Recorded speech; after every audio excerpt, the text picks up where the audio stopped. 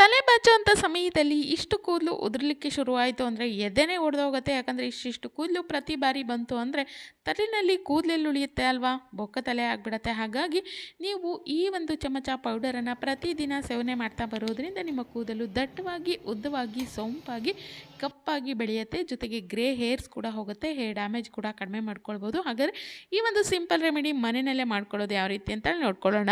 ಈ ರೀತಿ ಹೇರ್ ಗ್ರೋತನ್ನು ಹೆಚ್ಚಿಸ್ಕೊಳ್ಳೋದಕ್ಕೆ, ಕೂದಲಿನ ಬೆಳವಣಿಗೆಯನ್ನು ಹೆಚ್ಚು ಮಾಡ್ಕೊಳ್ಳೋದಕ್ಕೆ ನಾವು ಹೊರಗಡೆ ಹೋಗಿ ದುಡ್ಡು ಕೊಟ್ಟು ನಾವು ವಸ್ತುಗಳನ್ನು ತರಬೇಕು ಖಂಡಿತ ಈ ರೀತಿ ಏನಿಲ್ಲ. ₹1 ಕೂಡ ಖರ್ಚು ಮಾಡುವಂಥ ಅಗತ್ಯ ಇಲ್ಲ.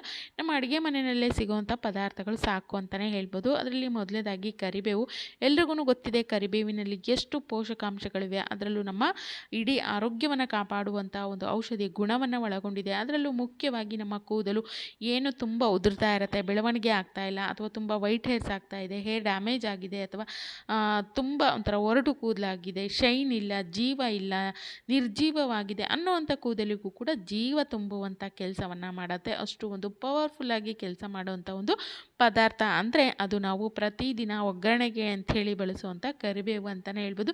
ಇನ್ನು ಇದರ ಸೇವನೆಯಿಂದ ಅನೇಕ ರೀತಿಯ ಆರೋಗ್ಯದ ಲಾಭಗಳನ್ನು ಕೂಡ ನಾವು ಕಾಣ್ಬೋದು ಅಂತಲೇ ಹೇಳ್ಬೋದು. BP ಶುಗರ್ ಇರೋರಿಗೂ ಕೂಡ ತುಂಬ ಒಳ್ಳೆಯದು. ಜೊತೆಗೆ ವೆಯ್ಟ್ ಲಾಸ್ ಮಾಡ್ಕೊಳ್ಬೋದು. ನಮ್ಮ ಕಣ್ಣಿನ ಆರೋಗ್ಯವನ್ನು ಹೆಚ್ಚಿಸುತ್ತೆ, ಚರ್ಮದ ಆರೈಕೆಯನ್ನು ಮಾಡಲಿಕ್ಕೆ ಹೆಲ್ಪ್ ಆಗುತ್ತೆ. ಜೊತೆಗೆ ತುಂಬ ಒಂಥರ ಗ್ಯಾಸ್ಟ್ರಿಕ್ ಅಸಿಡಿಟಿ ಇದ್ದರೆ ಅದನ್ನು ಕೂಡ ಕಡಿಮೆ ಮಾಡ್ಕೊಳ್ಳೋದಕ್ಕೆ ಹೆಲ್ಪ್ ಆಗುತ್ತೆ. ಇನ್ನು ಮುಖ್ಯವಾಗಿ ಹೇರ್ ಗ್ರೋತನ್ನು ದುಪ್ಪಟ್ಟು ವೇಗವಾಗಿ ಹೆಚ್ಚಿಸಲಿಕ್ಕೆ ಕರಿಬೇವು ಪವರ್ಫುಲ್ಲಾಗಿ ಕೆಲಸ ಮಾಡುತ್ತೆ. ಬಳಸಿ ನೋಡಿ ಅಂತಲೇ ಹೇಳ್ತೀನಿ. ಇನ್ನು ಇದನ್ನು ಮಾಡ್ಕೊಳ್ಳೋವಂಥ ವಿಧಾನವನ್ನು ನೋಡ್ಕೊಳ್ಳೋದಾದರೆ, ಮೊದಲನೇದಾಗಿ ನಾನಿಲ್ಲಿ ಕರಿಬೇವಿನ ಎಲೆಗಳನ್ನು ಒಂದು ಅರ್ಧ ಹಿಡಿ ಆಗೋಷ್ಟು ತೊಗೊಂಡಿದ್ದೀನಿ. ಅದನ್ನು ಚೆನ್ನಾಗಿ ತೊಳೆದಿರಬೇಕು. ತೊಳೆದಿರೋವಂಥ ಕರಿಬೇವನ್ನು ನೀರಿನಂಶ ಎಲ್ಲ ಹೋದ್ಮೇಲೆ ಈ ರೀತಿ ಚೆನ್ನಾಗಿ ಹುರ್ಕೊಳ್ಬೇಕು. ಅಂದರೆ ಫ್ಲೇಮನ್ನು ಲೋ ಫ್ಲೇಮಲ್ಲಿ ಇಟ್ಕೊಂಡು ಏನು ಎಲೆಗಳೇನಿರುತ್ತೆ ಅದು ಗರಿ ಆಗಬೇಕು. ಅಂದರೆ ನಾವು ಪುಡಿ ಮಾಡಿದರೆ ಅದು ಪೌಡರ್ ರೀತಿ ಆಗಬೇಕು. ಹಸಿ ಅಂಶ, ತೇವಾಂಶ ಏನೂ ಇರಬಾರ್ದು ಈ ಒಂದು ಕರಿಬೇವಿನಲ್ಲಿ. ಆ ರೀತಿಯಾಗಿ ಚೆನ್ನಾಗಿ ಹುರ್ಕೊಳ್ಬೇಕು. ಇದರಲ್ಲಿ ತುಂಬ ಹೇರಳವಾಗಿ ಐರನ್ ಕಂಟೆಂಟ್ ಇರುತ್ತೆ. ಜೊತೆಗೆ ಪ್ರೋಟೀನ್ ಅಂಶ ಹೆಚ್ಚಾಗಿರೋದ್ರಿಂದ ಗ್ರೋತನ್ನು ಹೆಚ್ಚಿಸುತ್ತೆ. ಜೊತೆಗೆ ಉದ್ರೋದು ಕಡಿಮೆ ಆಗುತ್ತೆ. ಗ್ರೇ ಹೇರ್ಸ್ಗಂತೂ ರಾಮಬಾಣ ಅಂತಲೇ ಹೇಳ್ಬೋದು. ನೋಡಿ ತುಂಬ ಚೆನ್ನಾಗಿ ಹುರ್ಕೊಂಡಿದೆ. ಈಗ ತೆಗೆದಿಟ್ಬಿಟ್ಟು ನೆಕ್ಸ್ಟ್ ಪದಾರ್ಥ ಹಾಕ್ಕೊಳ್ತಾ ಇದ್ದೀನಿ.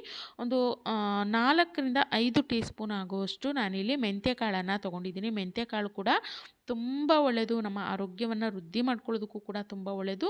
ಅದ್ರ ಜೊತೆಗೆ ಇದು ನಮ್ಮ ವೈಟ್ ಹೇರ್ಸ್ ಏನಿರುತ್ತೆ ಅದನ್ನು ಕಡಿಮೆ ಮಾಡಲಿಕ್ಕೆ ಹೆಲ್ಪ್ ಆಗುತ್ತೆ. ಡ್ಯಾಮೇಜ್ ಹೇರನ್ನು ಸರಿ ಮಾಡಲಿಕ್ಕೆ ಹೆಲ್ಪ್ ಆಗುತ್ತೆ. ಮುಖ್ಯವಾಗಿ ಉದ್ರೋದನ್ನು ಕಡಿಮೆ ಮಾಡಿ ಗ್ರೋತನ್ನು ದುಪ್ಪಟ್ಟು ವೇಗವಾಗಿ ಹೆಚ್ಚಿಸಲಿಕ್ಕೆ ಹೆಲ್ಪ್ ಆಗುತ್ತೆ. ಇದನ್ನು ಕೂಡ ಮೀಡಿಯಮ್ ಫ್ಲೇಮಲ್ಲಿ ಚೆನ್ನಾಗಿ ಈ ರೀತಿ ಕಲರ್ ಚೇಂಜ್ ಆಗೋವರೆಗೂ, ಒಳ್ಳೆ ಘಮ ಬರೋವರೆಗೂ ಹುರ್ಕೊಳ್ಬೇಕು. ಇನ್ನು ಅದನ್ನು ಪಕ್ಕಕ್ಕೆ ಇಟ್ಕೊಂಡಿದ್ದೀನಿ. ಇನ್ನು ಮೂರನೇ ಪದಾರ್ಥ ಅಂದರೆ ಅದು ಅಗಸೆ ಬೀಜ ಅಥವಾ ಫ್ಲಾಕ್ಸೀಡ್ ಅಂತ ಏನು ಕರಿತೀವಿ. ಇದು ತುಂಬ ಒಳ್ಳೆಯದು. ನಮ್ಮ ಕೂದಲಿನ ಬೆಳವಣಿಗೆಯನ್ನು ಹೆಚ್ಚಿಸಲಿಕ್ಕೆ ಔಷಧಿ ರೀತಿ ಕೆಲಸ ಮಾಡುತ್ತೆ ಅಂತಲೇ ಹೇಳ್ಬೋದು. ಹಾಗಾಗಿ ನಾನಿಲ್ಲಿ ನಾವು ಎಷ್ಟು ಮೆಂತ್ಯ ಕಾಳು ತೊಗೊಂಡಿದ್ವೋ ಅಷ್ಟೇ ಪ್ರಮಾಣದಲ್ಲಿ ನಾವು ಅಗಸೆ ಬೀಜ ಕೂಡ ತೊಗೊಳ್ಬೇಕು.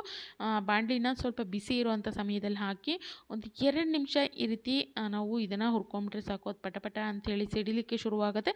ಆ ಸಮಯದಲ್ಲಿ ತೆಗೆದುಬಿಡಬೇಕು. ಹುರಿದೇನೆ ತೊಗೊಳ್ಬೇಕು. ಹುರಿದು ತೊಗೊಂಡ್ರೆ ನಾವು ಇದನ್ನು ಸ್ಟೋರ್ ಮಾಡ್ಕೊಳ್ಳೋದಕ್ಕೆ ಹೆಲ್ಪ್ ಆಗುತ್ತೆ. ಜೊತೆಗೆ ಇದರ ಒಂದು ಮೆಡಿಸಿನಲ್ ವ್ಯಾಲ್ಯೂ ಅನ್ನೋಂಥದ್ದು ಹೆಚ್ಚಾಗುತ್ತೆ. ಜೊತೆಗೆ ಚೆನ್ನಾಗಿ ಜೀರ್ಣ ಆಗಲಿಕ್ಕೂ ಕೂಡ ಹೆಲ್ಪ್ ಆಗುತ್ತೆ. ಹುರಿದೇನೆ ಅಗಸೆ ಬೀಜ ಮತ್ತು ಮೆಂತ್ಯ ಕಾಳನ್ನು ತೊಗೊಳ್ಬೇಕು. ಇದಾಗಿದೆ. ಈಗ ಇನ್ನು ಕೊನೆಯಲ್ಲಿ ನಾನಿಲ್ಲಿ 1 ಟೀ ಸ್ಪೂನ್ ಆಗುವಷ್ಟು ಜೀರಿಗೆ ಸೇರಿಸ್ಕೊಳ್ತಾ ಇದ್ದೀನಿ. ಜೀರಿಗೆ ಸೇರಿಸೋವಂಥ ಒಂದು ಅವಶ್ಯಕತೆ ಇಷ್ಟೇ. ಯಾಕಂದರೆ ಇದು ನಮ್ಮ ಜೀರ್ಣಕ್ರಿಯೆಯನ್ನು ವೃದ್ಧಿ ಮಾಡುತ್ತೆ. ಹಾಗಾಗಿ ಜೀರ್ಣಕ್ರಿಯೆಯನ್ನು ಹೆಚ್ಚಿಸಲಿಕ್ಕೆ ಹೆಲ್ಪ್ ಆಗುತ್ತೆ. ನಾವಿಲ್ಲಿ ಕರಿಬೇವು, ಮೆಂತ್ಯ ಕಾಳು, ಅಗಸೆ ಬೀಜ ಎಲ್ಲವನ್ನು ಸೇವನೆ ಮಾಡಬೇಕಲ್ಲ, ಅದರ ಪೌಡರಿನ ಜೊತೆಗೆ ಸ್ವಲ್ಪ ಜೀರಿಗೆ ಇತ್ತು ಅಂದರೆ ಜೀರ್ಣಶಕ್ತಿಯನ್ನು ಇಂಪ್ರೂವ್ ಮಾಡುತ್ತೆ. ಜೊತೆಗೆ ಇದು ನಮ್ಮ ಒಂದು ಹೊಟ್ಟೆಗೆ ಸಂಬಂಧಪಟ್ಟಂತಹ ಎಲ್ಲ ಸಮಸ್ಯೆಗಳ ನಿವಾರಣೆಗೆ ಹೆಲ್ಪ್ ಆಗುತ್ತೆ. ಹಾಗಾಗಿ ನಾನಿಲ್ಲಿ ಜೀರಿಗೆ ಕೂಡ 1 ಟೀ ಸ್ಪೂನ್ ಅಷ್ಟಾದರೆ ಸಾಕಾಗುತ್ತೆ. ಅದನ್ನು ಕೂಡ ಹುರಿದು ತೊಗೊಂಡಿದ್ದೀನಿ. ನೋಡಿ, ಇದಷ್ಟು ಪದಾರ್ಥಗಳು ಸ್ವಲ್ಪ ತಣ್ಣಗಾಗಬೇಕು. ತಣ್ಣಗಾದಮೇಲೆ ಒಂದು ಮಿಕ್ಸಿ ಜಾರಲ್ಲಿ ಹಾಕಿಬಿಟ್ಟು ಕಂಪ್ಲೀಟಾಗಿ ಸಣ್ಣಗೆ ಇದನ್ನು ಒಂದೊಳ್ಳೆ ಪೌಡರ್ ರೀತಿ ಮಾಡ್ಕೊಳ್ಬೇಕು. ನೋಡಿ, ನಮ್ಮ ಪೌಡರ್ ಅನ್ನೋವಂಥದ್ದು ರೆಡಿಯಾಗಿದೆ. ತುಂಬ ಮ್ಯಾಜಿಕ್ ಮಾಡುತ್ತೆ. ಖಂಡಿತ ಇದನ್ನು ನೀವು ಟ್ರೈ ಮಾಡಿ ನೋಡಿ. ಬರೀ ಇದನ್ನು ನೋಡಿ ಸುಮ್ಮನಾಗೋದಲ್ಲ, ಇದನ್ನು ನೀವು ಮಾಡಿ ನೋಡಬೇಕು. ಅಟ್ಲೀಸ್ಟ್ ಒಂದು ವಾರನಾದರೂ ಇದನ್ನು ಪ್ರತಿದಿನ ಬಿಡದೇ ಮಾಡಿ ನೋಡಿ. ತುಂಬ ಹೇರ್ ಫಾಲ್ ಆಗ್ತಾ ಇದ್ದರೆ ಕಂಟ್ರೋಲ್ ಆಗುತ್ತೆ, ಗ್ರೋತ್ ಹೆಚ್ಚಾಗುತ್ತೆ, ಕಣ್ಣಿನ ಆರೋಗ್ಯ ವೃದ್ಧಿ ಆಗ್ತಾ ಹೋಗುತ್ತೆ. ವೆಯ್ಟ್ ಲಾಸ್ ಮಾಡ್ಕೊಳ್ಳೋದಕ್ಕೂ ಕೂಡ ವಿಪರೀತವಾಗಿ ಹೆಲ್ಪ್ ಆಗುತ್ತೆ ಅಂತಲೇ ಹೇಳ್ಬೋದು. ಈ ಒಂದು ಪೌಡರು ತುಂಬ ಚೆನ್ನಾಗಿ ಒಣಗಿರೋ ಅಂಥ ಒಂದು ಏರ್ ಟೈಟ್ ಬಾಕ್ಸಲ್ಲಿ ಹಾಕಿಟ್ಕೊಂಡ್ಬಿಟ್ರೆ ಆರಾಮಾಗಿ ನೀವು ಇದನ್ನು 6 ತಿಂಗಳವರೆಗೂ ಬಳಸ್ಕೊಳ್ಬೋದು. ಏನೂ ಹಾಳಾಗೋದಿಲ್ಲ. ಚೆನ್ನಾಗಿ ಹುರಿದು ಚೆನ್ನಾಗಿ ಒಣಗಿಸ್ಕೊಳ್ಬೇಕು. ಆನಂತರ ಇದನ್ನು ನೀವು ಒಂದು ಬಾಕ್ಸಲ್ಲಿ ಹಾಕಿ ಇಟ್ಕೊಂಡ್ಬಿಟ್ರೆ ಆರಾಮಾಗಿ ಒಂದು 5-6 ತಿಂಗಳು ಆರಾಮಾಗಿ ಬಳಸ್ಕೊಳ್ಬೋದು. ಅಥವಾ ನಾವು ತಿಂಗಳಿಗೆ ಒಮ್ಮೆ ಮಾಡ್ಕೊಳ್ತೀವಿ ಅಂದರೆ ಫ್ರೆಶ್ ಆಗಿ ಆ ರೀತಿ ಕೂಡ ಮಾಡ್ಕೊಳ್ಬೋದು.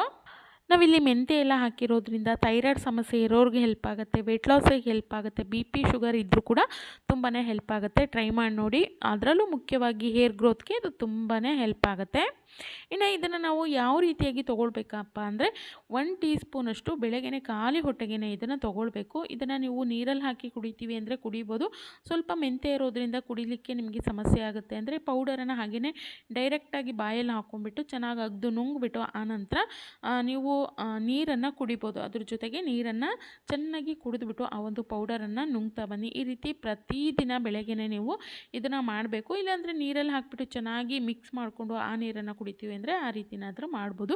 ನಿಮಗೆ ಯಾವುದು ಸುಲಭ ಅನಿಸುತ್ತೋ ಪೌಡರ್ ಹಾಕಿಬಿಟ್ಟು ಹಾಗೆಯೇ ನುಂಗೋದು ಈಸಿ ಆದರೆ ಅದನ್ನು ಮಾಡಿ, ಇಲ್ಲ ನೀರೆಲ್ಲ ಹಾಕ್ಬಿಟ್ಟು ಚೆನ್ನಾಗಿ ಮಿಕ್ಸ್ ಮಾಡ್ಕೊಂಡು ಕುಡಿತೀವಿ ಅಂದರೆ ಆ ರೀತಿ ಮಾಡಿ. ಆದರೆ ತಪ್ಪದೇನೆ ಪ್ರತಿದಿನ ಖಾಲಿ ಹೊಟ್ಟೆಗೆ ಇದನ್ನು ಸೇವಿಸ್ತಾ ಬನ್ನಿ. ಒಳ್ಳೆ ಬೆನಿಫಿಟನ್ನು ಇದು ನೀಡುತ್ತೆ. ಖಂಡಿತವಾಗ್ಲೂ ವೆಯ್ಟ್ ಲಾಸ್ ಮಾಡ್ಕೊಳ್ಬೇಕು ಅನ್ನೋರಿಗೂ ಕೂಡ ತುಂಬ ಪವರ್ಫುಲ್ಲಾಗಿ ಕೆಲಸ ಮಾಡುತ್ತೆ. ಇನ್ನು ನಿಮಗೆ ತುಂಬ ಹೆಚ್ಚಾಗಿ ಬಿ ಪಿ ಶುಗರು ಜೊತೆಗೆ ಥೈರಾಯ್ಡ್ ಸಮಸ್ಯೆ ಇದೆ ಅಂದರೆ ಅದು ಕೂಡ ನಿವಾರಣೆ ಆಗುತ್ತೆ, ಆರೋಗ್ಯ ವೃದ್ಧಿ ಆಗುತ್ತೆ. ಇದನ್ನು ಸೇವನೆ ಮಾಡೋದ್ರ ಜೊತೆಗೆ ಈ ಒಂದು ಪೌಡರನ್ನು ಮತ್ತೆ ಹೇಗೆಲ್ಲ ನಾವು ಬಳಸ್ಕೊಳ್ಬೋದು ಅಂತೇಳಿ ನೋಡ್ಕೊಳ್ಳೋದಾದರೆ, ನಾವು ಮೆಹಂದಿಯನ್ನು ಹಚ್ಕೊಳ್ತೀವಿ. ಅಟ್ಲೀಸ್ಟ್ 15 ದಿನಕ್ಕೆ ತಿಂಗಳಿಗೆ ಒಮ್ಮೆ ಹಚ್ಚತಾನೆ ಇರ್ತೀವಿ. ಅಂಥವರು ಹೇರ್ ಗ್ರೋತ್ ತುಂಬ ಚೆನ್ನಾಗಿ ಆಗಬೇಕು ಅಂತಂದರೆ ನೀವು ಮೆಹಂದಿ ತೊಗೊಳ್ತೀರಲ್ಲ ಅದರಲ್ಲಿ ಒಂದು 2 ಟೀ ಸ್ಪೂನ್ ಆಗೋಷ್ಟು ಈ ಒಂದು ನಾವು ಮೆಂತ್ಯ ಮತ್ತು ಕರಿಬೇವಿನ ಹಾಕಿ ಮಾಡಿದ್ದೀವಲ್ಲ ಈ ಒಂದು ಪೌಡರನ್ನು ಸೇರಿಸ್ಕೊಳ್ಳಿ. ಚೆನ್ನಾಗಿ ಕಲಿಸ್ಬಿಟ್ಟು ಮೆಹಂದಿ ಮಿಶ್ರಣದ ಜೊತೆ ಈ ಒಂದು ಪೌಡರನ್ನು ಕೂಡ ಹಚ್ಚುತ್ತಾ ಬರೋದ್ರಿಂದ ತುಂಬ ಒಂದು ಹೇರಿಗೆ ಬೆನಿಫಿಟ್ ಅನ್ನೋವಂಥದ್ದು ಸಿಗ್ತಾ ಹೋಗುತ್ತೆ. ಒಳ್ಳೆ ಆರೈಕೆ ಹೆಚ್ಚಾಗ್ತಾ ಹೋಗುತ್ತೆ, ಗ್ರೋತ್ ಹೆಚ್ಚಾಗುತ್ತೆ, ಉದುರೋದು ಕಡಿಮೆ ಆಗುತ್ತೆ, ಜೊತೆಗೆ ವೈಟ್ ಹೇರ್ಸ್ ಏನು ಹೆಚ್ಚಾಗಿ ಆಗ್ತಾ ಇರುತ್ತೆ ಅದು ಕಡಿಮೆ ಆಗುತ್ತೆ, ರಫ್ ಹೇರ್ ತುಂಬ ಸಾಫ್ಟ್ ಆಗಲಿಕ್ಕೂ ಕೂಡ ಹೆಲ್ಪ್ ಆಗುತ್ತೆ, ಹೊಟ್ಟು ಕಡಿಮೆ ಆಗುತ್ತೆ. ಈ ರೀತಿ ಅನೇಕ ರೀತಿಯ ಕೂದಲಿನ ಒಂದು ಆರೋಗ್ಯ ವೃದ್ಧಿ ಆಗ್ತಾ ಹೋಗುತ್ತೆ ಅಂತಲೇ ಹೇಳ್ಬೋದು. ಇನ್ನು ರೆಗ್ಯುಲರಾಗಿ ನಾವು ಎಣ್ಣೆಯನ್ನು ಅಪ್ಲೈ ಮಾಡ್ತಾ ಇರ್ತೀವಿ. ನೀವು ಹೋಮ್ ಮೇಡ್ ಆಯಿಲ್ಗಳನ್ನು ರೆಡಿ ಮಾಡ್ಕೊಳ್ತೀವಿ ಅಂದರೆ ಅದನ್ನು ಮಾಡೋವಂಥ ಸಮಯದಲ್ಲಿ ಒಂದು 2 ಟೀ ಸ್ಪೂನಷ್ಟು ಅಥವಾ 1 ಟೀ ಸ್ಪೂನಷ್ಟು ಈ ಒಂದು ಪೌಡರನ್ನು ಸೇರಿಸ್ಕೊಳ್ಬೋದು. ಅಥವಾ ರೆಡಿ ಮಾಡಿ ಇಟ್ಕೊಂಡಿರೋವಂಥ ಆಯಿಲ್ ಏನಿರುತ್ತೆ ಅದರಲ್ಲಿ ಇದನ್ನು ನೀವು 1 ಟೀ ಸ್ಪೂನಷ್ಟು ಹಾಕಿಬಿಟ್ಟು ಚೆನ್ನಾಗಿ ಈ ರೀತಿ ಮಿಕ್ಸ್ ಮಾಡಿಬಿಟ್ಟು ಒಂದು 4-5 ದಿನ ಬಿಸಿಲಲ್ಲಿ ಇಟ್ಬಿಡಿ. ಚೆನ್ನಾಗಿ ಬಿಸಿಲಿಗೆ ಇದು ಸ್ವಲ್ಪ ಕಾದ್ಕೊಳ್ಳಿ. ಆಮೇಲೆ ನೀವು ಪ್ರತಿದಿನ ಈ ಒಂದು ಎಣ್ಣೆಯನ್ನು ಹಚ್ಚುತ್ತಾ ಬರೋದ್ರಿಂದನೂ ಕೂಡ ಕೂದಲಿನ ಆರೈಕೆ ತುಂಬ ಚೆನ್ನಾಗಾಗತ್ತೆ, ಗ್ರೋತ್ ಹೆಚ್ಚಾಗುತ್ತೆ ಅಂತಲೇ ಹೇಳ್ಬೋದು. ಖಂಡಿತ ಈ ಎಲ್ಲ ವಿಧಾನಗಳಲ್ಲಿ ನಾವು ಪೌಡರನ್ನು ಸೇವನೆ ಮಾಡೋದ್ರ ಜೊತೆಗೆ ಈ ರೀತಿಯಾಗಿ ಕೂಡ ಬಳಸ್ಕೊಳ್ಳೋದ್ರಿಂದ ಹೇರ್ ಗ್ರೋತ್ ಅನ್ನುವಂಥದ್ದು ತುಂಬ ಫಾಸ್ಟಾಗಿ ಬೆಳೀಲಿಕ್ಕೆ ಹೆಲ್ಪ್ ಆಗುತ್ತೆ. ತುಂಬ ಸಿಂಪಲ್ ವಿಧಾನ ಅಂತಲೇ ಹೇಳ್ಬೋದು, ಆದರೆ ಪವರ್ಫುಲ್ಲಾಗಿ ಕೆಲಸ ಮಾಡುತ್ತೆ. ಖಂಡಿತ ಟ್ರೈ ಮಾಡಿ ನೋಡಿ. ನಾನು ಸಿಗ್ತೀನಿ ಮತ್ತಷ್ಟು ಹೊಸ ಒಂದು ನ್ಯಾಚುರಲ್ ರೆಮಿಡಿಗಳೊಂದಿಗೆ. Thank you.